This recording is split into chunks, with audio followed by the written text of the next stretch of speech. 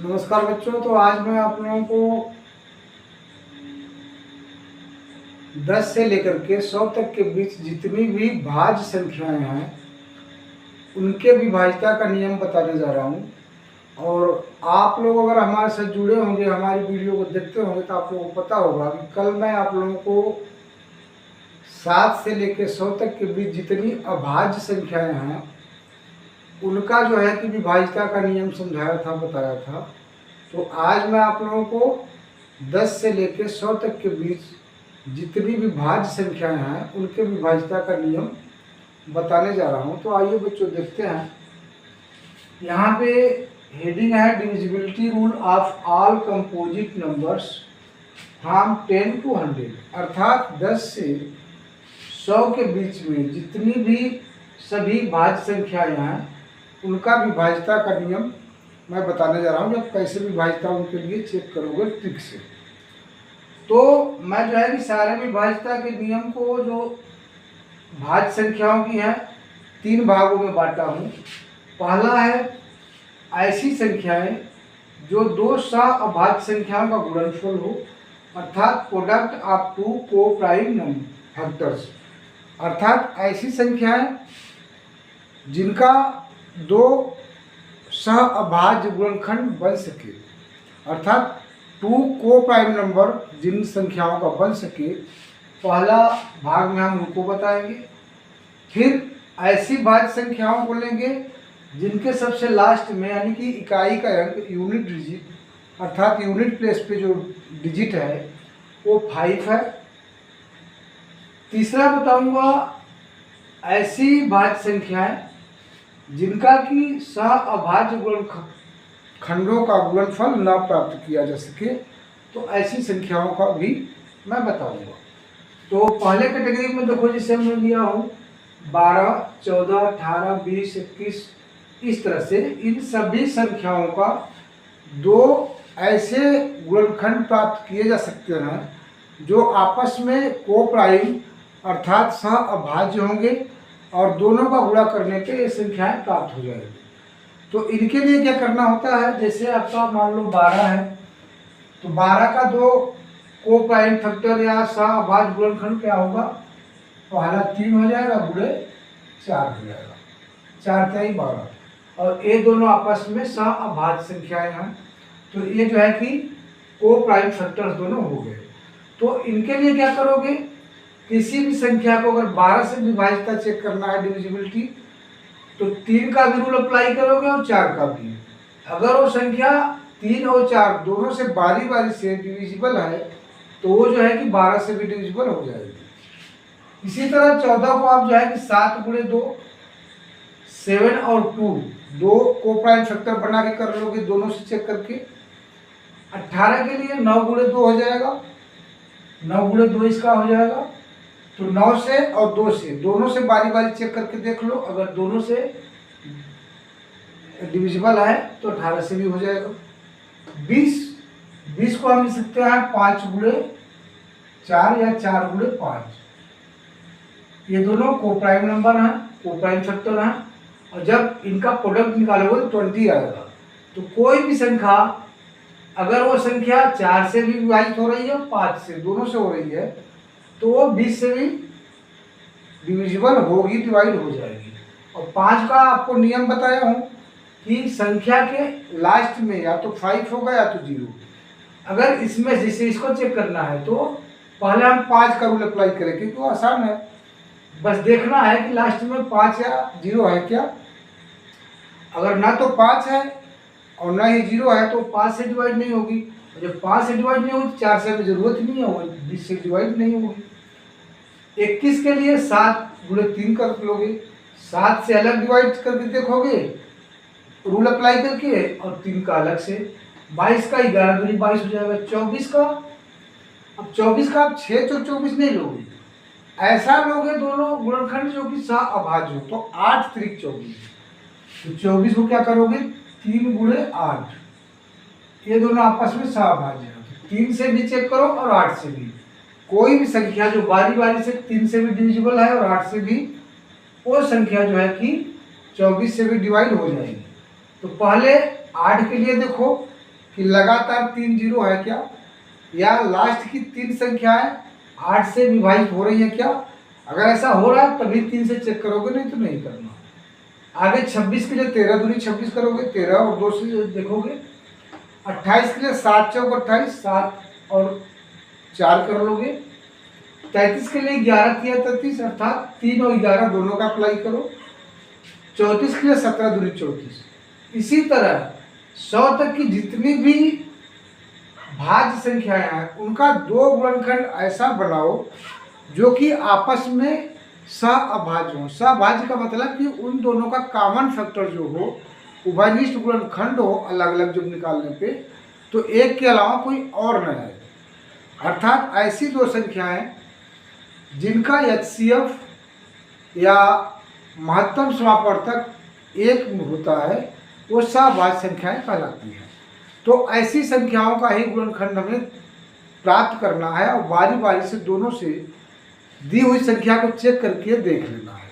तो एक एग्जाम्पल मैं बता दे रहा हूँ। जैसे मान लो आपको मैं किसका ले लूँ, चलो मैं 50 का ले लेता हूँ।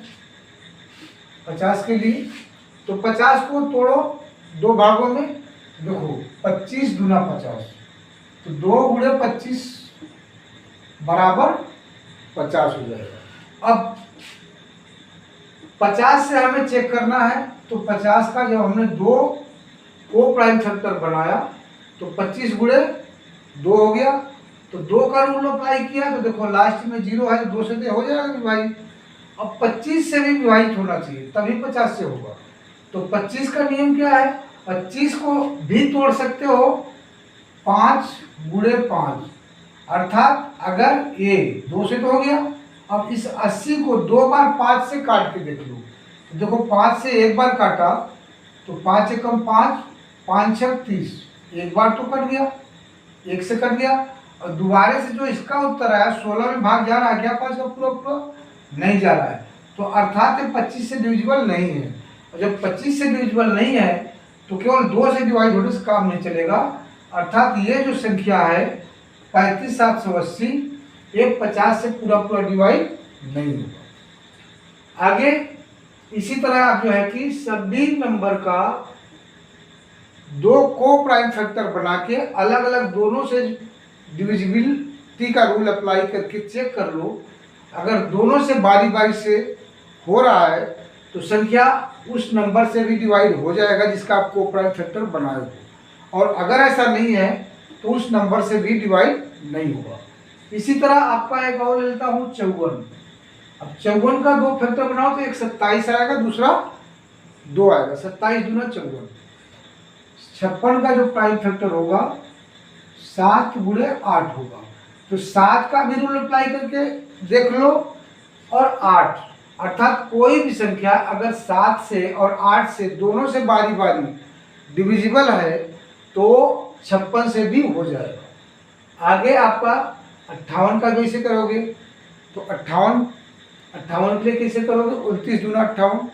तो 29 वाला कल मैं जो वीडियो बनाया था लास्ट में 9 वाला, चूंकि 29 आपका को प्राइम नंबर प्राइम नंबर है, अभाज्य संख्या है, तो 9 वाले नियम से देख लो 29 का पता चल जाएगा, और 2 वाले नियम से देख लो तो 2 का पता चल जाएगा। और 29 और 2 दोनों से जो डिविजिबल है वो 58 से भी हो जाएगा। आगे 60 है। अब 60 के लिए 15 चौका 60, 15 और 4 दोनों को प्राइम फैक्टर है, तो 4 का भी रूल अप्लाई कर दो, 15 का भी कर दो। तो 15 अगर लास्ट में 5 है तो उसके लिए नियम अभी बताना बाकी है, इस वाले नियम में बता दूंगा। तो बच्चों आशा करता हूँ कि आपको जितनी भी भाज्य संख्याएं हैं 10 से 100 के बीच, यही नियम से आप फैक्टर बना के निकाल सकते हो। अब आगे दूसरा नियम है, ऐसी संख्या जिसके अंत में 5 हो, जिसके अंत में 5 हो तो वो कैसे डिवाइड करके देखोगे। जैसे कोई संख्या 5 से डिविजिबल कब होगा, तो लास्ट में या तो 0 आएगा या तो 5 आएगा। लेकिन अब जैसे 0 15 है, 0 तो 40 में भी आएगा, तो संभव है कि डिविजिबल हो जाएगा, एग्जैक्ट नहीं है कि डिविजिबल हो ही जाएगा। तो अगर 0 और 5 है तो संभव है कि वो डिवाइड हो जाएगा। फिर जो है कि उसको रूल अप्लाई करके देखो। अब जब 15 है तो 15 को तोड़ दो, 3 गुणे 5। ऐसी कोई संख्या जिसमें 5 से भी डिविजिबिलिटी रूल अप्लाई हो रहा है और 3 से, वो 15 से हो जाएगा। 25 के लिए 2 बार 5 से गुणा काट के देख लो।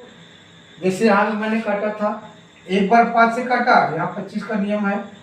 एक बार काटा तो जो काटने के बाद है उसको फिर दूसरे वाले 5 से काट के देख लो तो 25 का आ जाएगा। 35 के लिए 5 गुणे 7। अब 5 गुणे 7 का मतलब 5 का भी नियम अप्लाई करो। तो 5 के लिए लास्ट में 0 या 5 हो। अब जब 0 या 5 दिख गया तो 7 वाले नियम से कर लो। इसी तरह 45 के लिए 5 का रूल अप्लाई कर लो और 9 का, तो 2 को प्राइम फैक्टर बन गया। इस वाले में आ गया 9 × 5 = 45, ABC में आ गया, ABC में आ गया। तो आपको अगर किसी भी के लास्ट में 5 है और उसका डिविजिबिलिटी रूल चेक करना है तो सबसे पहली ज़रूरत है कि या तो संख्या के लास्ट में 5 हो या तो 0, तभी जो है डिवाइड होगा, अदरवाइज नहीं होगा। अब अगर 0 और 5 लास्ट में दिख गया तो उसका इस वाले नियम से इसका 2 को प्राइम फैक्टर बनाओ और 5 अगर लास्ट में और 0 में से कोई एक है तो 5 से डिवाइड होगा पक्का। और उसके अलावा जो दूसरा को प्राइम फैक्टर है उसका रूल अप्लाई करके देख लो। अगर दोनों से डिवाइड हो रहा है तो दी हुई संख्या जिसका को प्राइम फैक्टर बनाए हो उससे भी पूरी डिविजिबल हो जाए।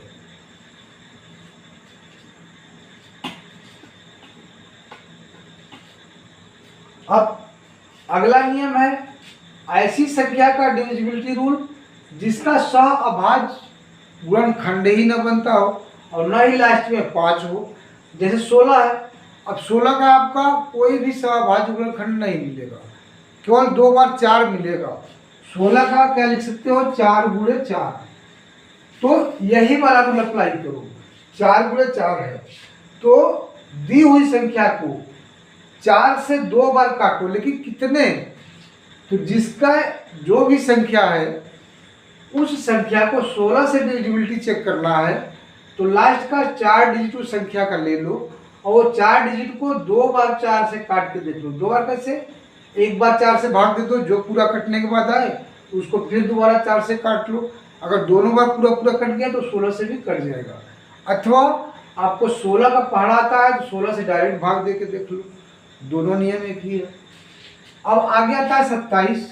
अब 27 का भी कोई को प्राइम फैक्टर नहीं बन रहा है, 9 × 27 है तो कोई को प्राइम जब नहीं बन रहा है तो इसको क्या करना है, 9 × 27 है तो वो भी वही नियम अप्लाई करो। 3 का डिविजिबिलिटी रूल अप्लाई करो और 9 का, जो संख्या दोनों 3 से भी पूरा विभाजित हो रही है और 9 से भी पूरी विभाजित हो जाएगी, अर्थात दोनों से होना चाहिए बारी से, तो वो जो है कि 27 से भी पूरी डिविजिबल हो जाएगी। आगे 32 है। अब 32 में देखो यहाँ पे 4 डिजिट लिए थे, रूल यही अप्लाई होगा। 32 के लिए 5 डिजिट ले लो, लास्ट का 5 डिजिट संख्या का ले लो और 32 को तोड़ दो तो 32 का क्या हो जाएगा, 8 × 4 = 32, यानी कि 4 गुणे 8। अब 5 डिजिट को एक बार 8 से पूरा भाग करो, जो उत्तर आए उसको फिर दोबारा 4 से भाग दे लो।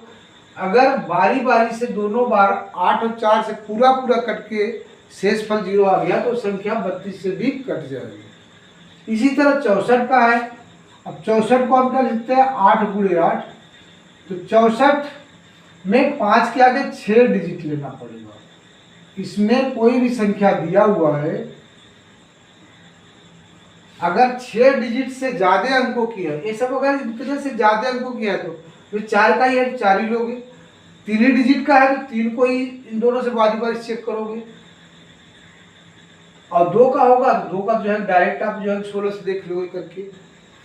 इसी तरह ये है, अगर 5 डिजिट से ज्यादा है तो 5 डिजिट को लेकर के 4 से और 8 से 2 बार भाग दे के देख लोगे। अगर 5 डिजिट से कम डिजिट का संख्या है तो जितना डिजिट है उसी को दोनों से चेक करोगे।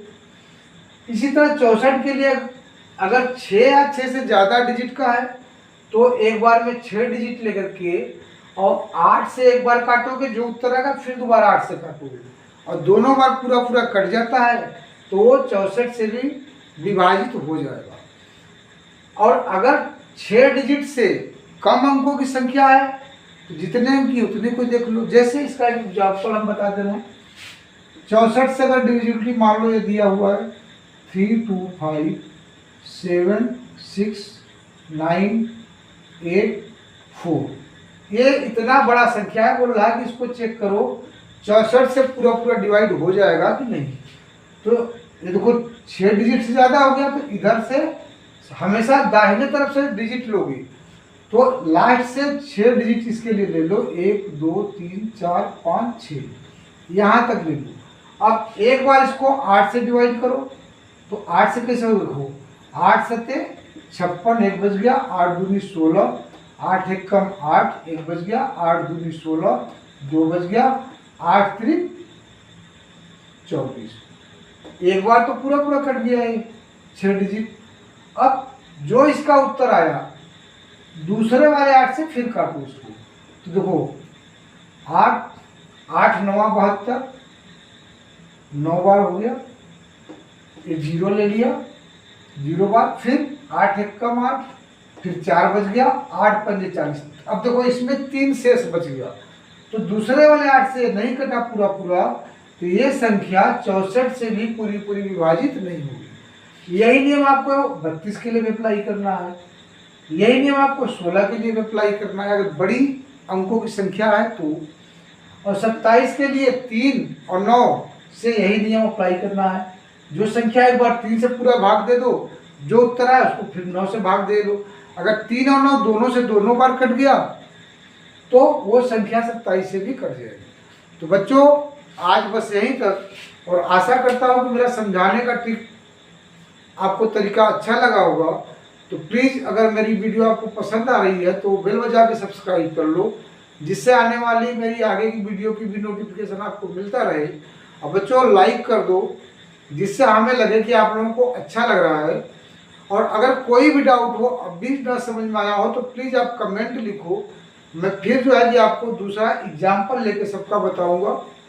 और अगर जो है वीडियो मेरी पसंद आ रही है, समझ में आ रही है, तो अपने दोस्तों को भी शेयर कर दो, जिससे वो भी मेरे साथ जुड़े और पढ़ें, अच्छी पढ़ाई करें। तो बच्चों आज बस यहीं तक, आगे फिर मिलता हूँ नेक्स्ट वीडियो में, तब तक के लिए धन्यवाद।